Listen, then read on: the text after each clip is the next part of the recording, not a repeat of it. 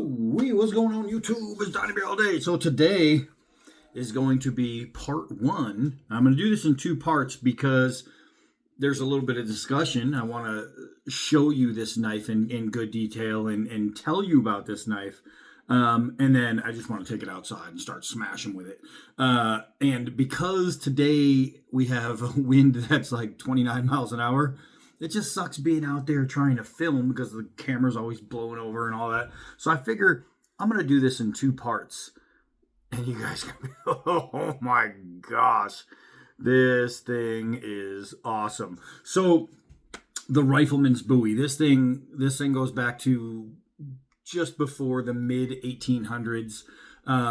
Two of the most famous versions of this knife are the 1849 Rifleman's Bowie and the Kentucky Rifleman's Bowie. And I've always been a fan more of the Kentucky version. Cold Steel did the 1849 version and made that famous, right? Everybody knows the Rifleman's Bowie because of Cold Steel, but it's actually from 1849 and it was a well-known knife.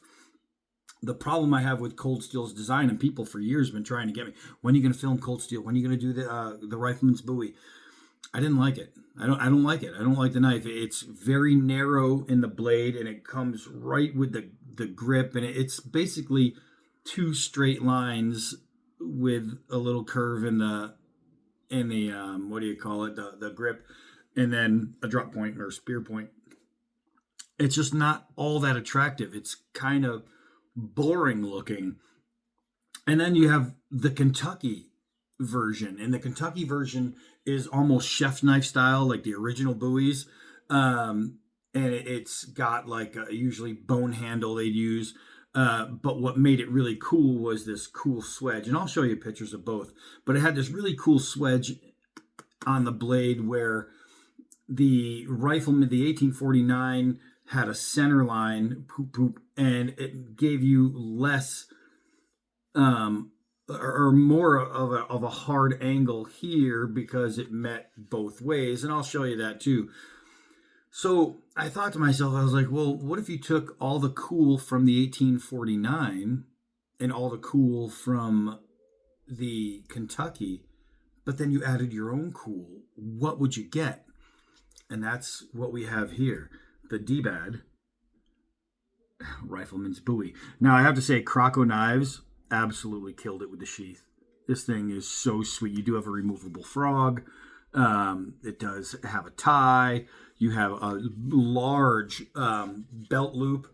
This thing is beautiful. I love the different color with the stitching.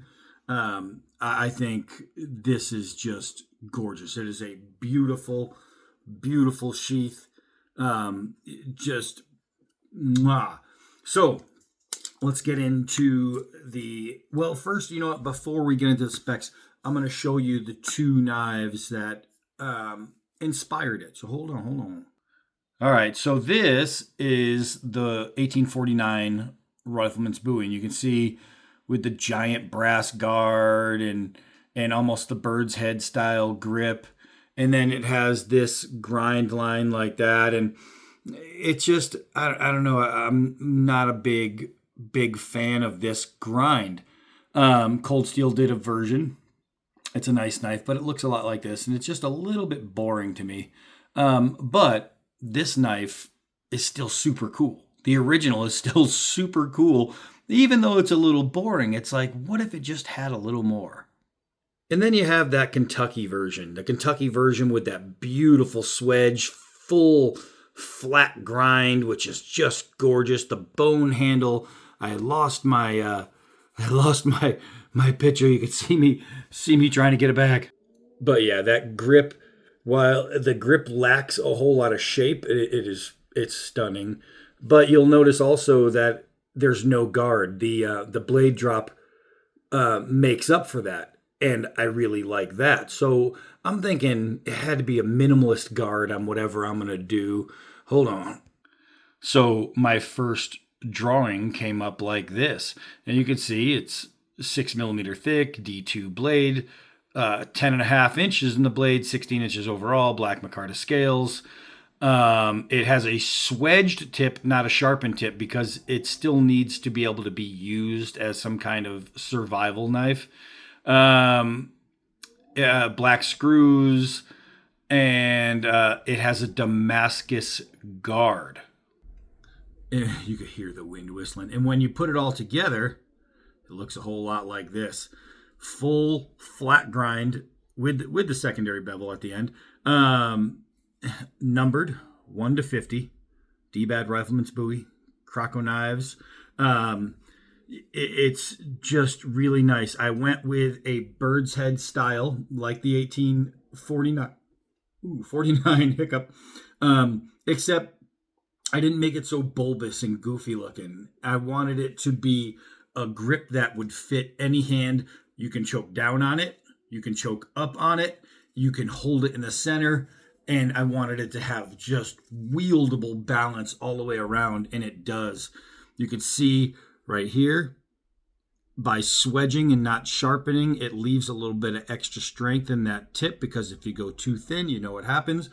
And it just, I didn't want that half line going all the way through. This thing just needed to be beautiful. And with the Kentucky, you have a different drop. It's a modified clip. It kind of goes like that, right? And then you had a really narrow swedge.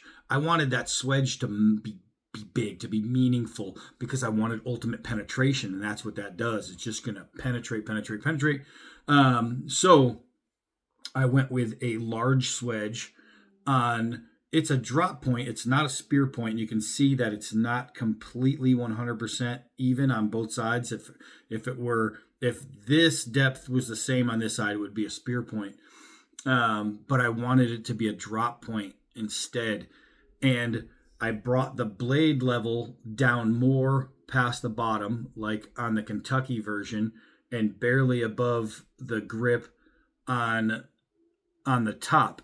So now you have a thicker or a wider blade, and it's going to just absolutely be crushing in downward swings or slashes. This thing is a combat knife. This was designed to be a fighting knife. And when you're packing your shot, people are rushing you. Crap, you better have something ready to go. And this thing was a devastating tool. In the mid 1800s, you could see the Damascus guard just adds a little bit of flair, a little bit of just something cool, something different, because none of the others are going to have that. Nobody else is doing a Damascus guard on a D2 steel blade. It's just not happening, especially with the black micarta. You have these little lines right here are for sweat channeling, to give you that really positive grip. This thing is nasty. It is so nasty in the hand. I can't wait to hit with it. But what I'm going to do is I'm going to add the link down below to his YouTube. I'm sorry. This is YouTube. eBay. His eBay page where he has these. Remember, it's numbered 1 to 50, the first edition. You get a numbered knife. And people are already buying. So you want to get over there and check it out. But, oh, man, this is nice. I was trying to think. I was like, wait, there's something else I needed to say. The webpage, if you went to his webpage and it's not coming up, it's because they're doing a rebuild on their webpage. So it's not going to work. I wonder if it's how sharp it is. Ooh. Where is it? That is 100%. I hope it's in there. Shave Sharp from Croco Knives. I didn't even take the oil off the blade. That was nice. That left a nice spot right there. So I mean, you're talking about a big blade, a sharp blade, a well-balanced blade, feels good in the hand blade, a tough blade, a sharpenable blade. Being D2, it's going to be great in the field. Now with D2, because obviously it's not stainless. With D2, people have problems. What they do is they'll use their knives, or they'll be out in a humid area, or they'll get them wet, and then they'll store them dirty, wet, junky. If you take D2, you see I have D2 up there, none of them are rusted. If you take D2, every time you use it, wipe it off, clean it. A dry D2 knife, clean and dry, is going to last forever. If you have the ability to oil it or use some kind of blade wax it, oil it. It'll last forever. You'll never have that oxidation. The puppy has to go out. So that's what I love about D2 is you get the ability to field sharpen, you get the strength. This is my go-to knife steel. I've done videos on D2 where I just love D2. It's my choice steel. And as long as you keep it clean or oiled, one of the two or both, you will never have a problem with D2. And that's why I choose it that way. So this right here is super awesome. Remember, these are handmade too. This is hand ground, everything. Just awesome.